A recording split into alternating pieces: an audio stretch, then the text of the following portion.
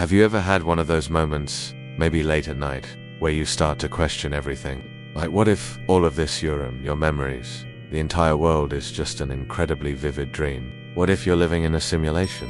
It's a mind-bending thought, but 400 years ago, a philosopher named René Descartes took this question to the absolute extreme, and his answer changed the world forever.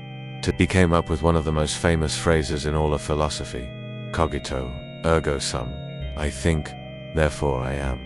Today, we're going to unravel what that really means, why it's so powerful, and how it provides an anchor of certainty in an ocean of doubt. So, who was this guy? René Descartes, living in the 17th century. He was a brilliant mathematician and scientist, but he was deeply troubled. He saw that for centuries, people had been arguing about what was true, with philosophers and scientists constantly disagreeing. He wanted to find a way to build knowledge on a foundation that was absolutely 100% unshakable, something no one could ever doubt. To do this, he decided to use a radical method.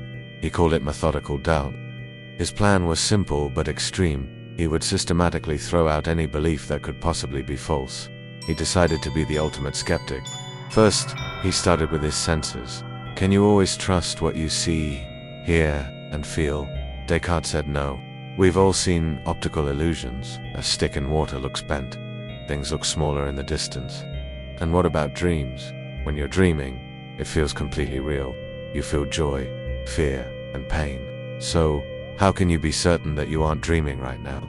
Since his senses could deceive him, he concluded he couldn't trust them as a source of absolute truth. So, boom, the entire external world, everything you perceive, gets tossed into the bin of doubt.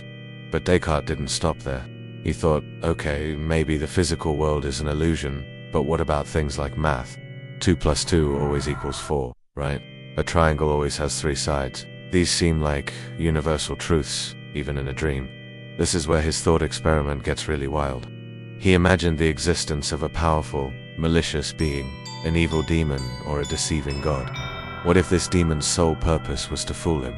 What if this entity was so powerful that it could trick his mind into believing that 2 + 2 equals 4 when it really equals 5? It could be feeding him all his thoughts and experiences, making him believe in a reality that doesn't exist. This evil demon hypothesis was the ultimate level of skepticism. If such a being could exist, then absolutely nothing could be trusted.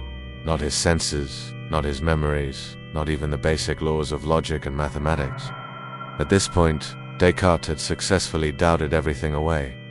The world might be fake, his body might not be real, his thoughts might be implanted by a cosmic trickster.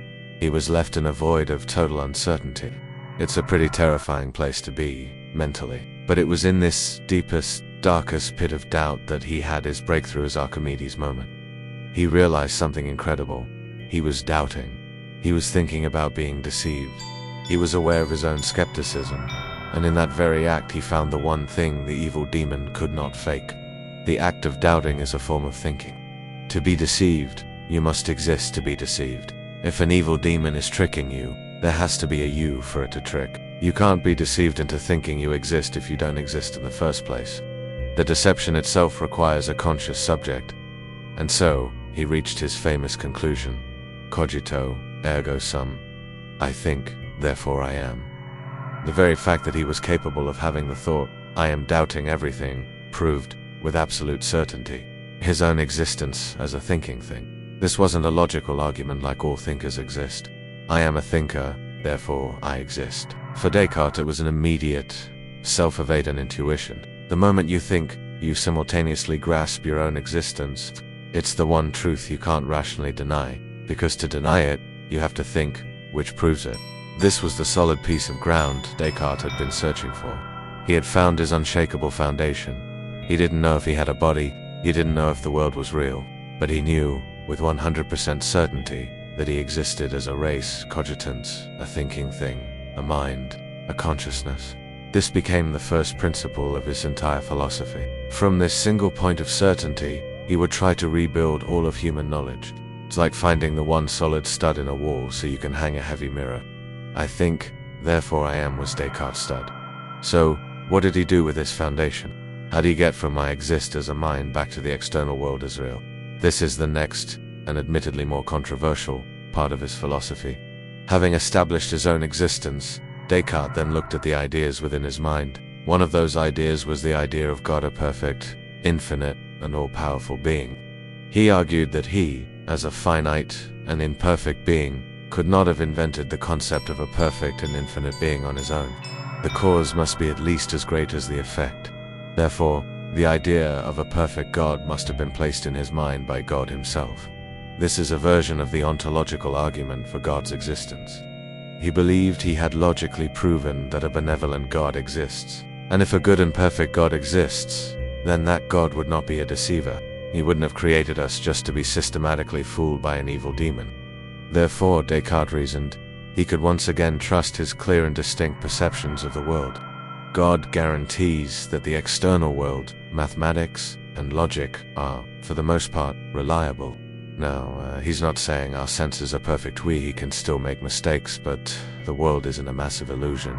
And just like that, Descartes rebuilds the world on two pillars: his own thinking self, and a non-deceiving God. Of course, Descartes' philosophy didn't go without criticism. Many philosophers after him questioned his leap from I think to proving God's existence. They argued it was a much weaker link than his initial insight. Some, like Friedrich Nietzsche, questioned the very concept of I. When you say, I think, what is this? Is it a stable, unified self, or just a jumble of thoughts happening? Does the thought create the thinker, or the other way around?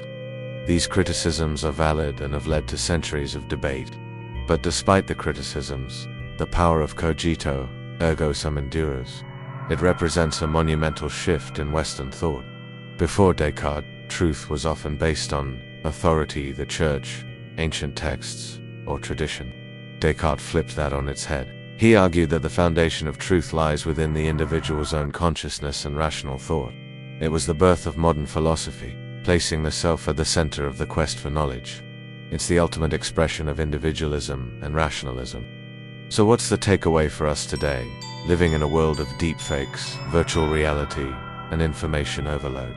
Cogito, ergo sum is more relevant than ever. It's a reminder that amidst all the noise, illusions, and potential deceptions, there is one thing you can hold on to: your own consciousness, your awareness, your ability to question, to think, to doubt that is real.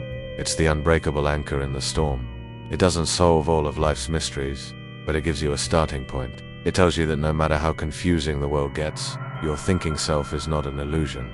You're here, you're real, because you think. Thanks so much for diving into this deep topic with me. If you enjoy exploring big ideas like this, make sure to like the video and subscribe for more philosophical journeys. Let me know in the comments. Do you think Cogito ergo sum is a convincing argument? I'd love to hear your thoughts. Until next time, keep thinking.